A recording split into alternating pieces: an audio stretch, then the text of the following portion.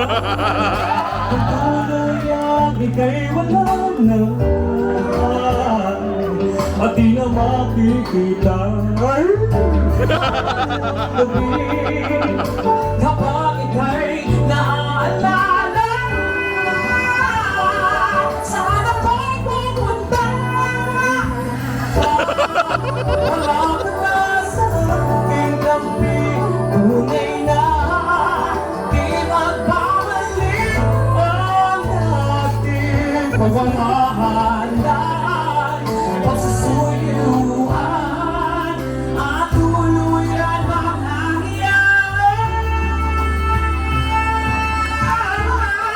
Naglalapag pa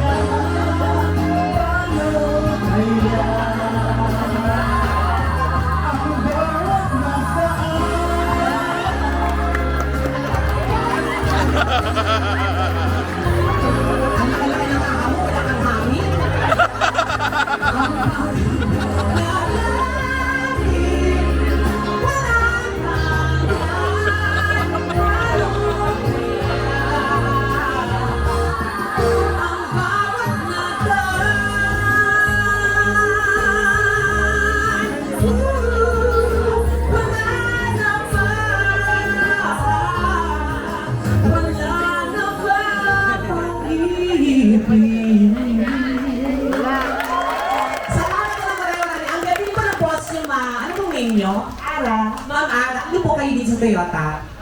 Compensation and benefits and recruitment. Ay, Diyos ko, ang ganda po ng boses niyo. Kayo rin po ang ganda. Oo.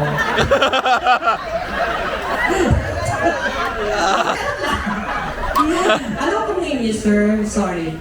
Joey, Si Sir Joey, ano naman po kayo dito? sa construction. Kala ko banana boat kayo dito.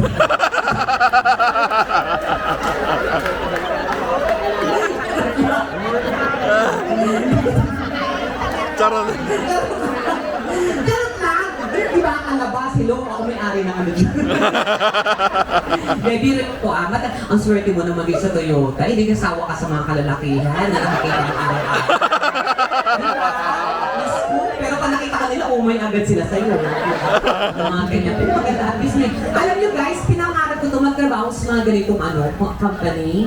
O kasi nag-teacher ako so naturo lang ako din. Wala lang. So, bukod sa magiging janitor, service crew, mga ganyan, pero gusto kong pumasok ng mga ganyan. Yung kasing talagang puro laki, kasi nga sa school namin, may ako sa mga ganyan, dumadaan ako sa mga automotive room, mga gano'n, mga engineering, mga gano'n. Wala talaga, pero ngayon parang, pa-apply nga sa Toyota. Pwede ba? Magpalit muna tayo kung mga comedian, kung laki naman. Wala ka pang ginagawa, nakakatawa ka na. Ay, talaga ba? Saan? Ay, wala ko totoo. Pero hindi, dito. Ano po may name ulit, sir? Si Joey, Sir Joey. Ayan, dito po siya. Ako, pakiplease po, nandito siya naninawagan siya. Ha, kung sino nakakita ng leeg niya, pakibalik na po. Medyo hirap na po, sir. Medyo hirap na po, sir. Walang hirap talaga. Hindi, I love you, mga dami kong friends na ganyan. Pero yung hirap talaga nila, yung ganyan yung talaga sa leeg. Yung mahirap talaga. Pag tinawag mo kasi iba pag may leeg, Donita, ano yun? Ganun. Pag ganyan kasi buong katawan, Joey, ano ba?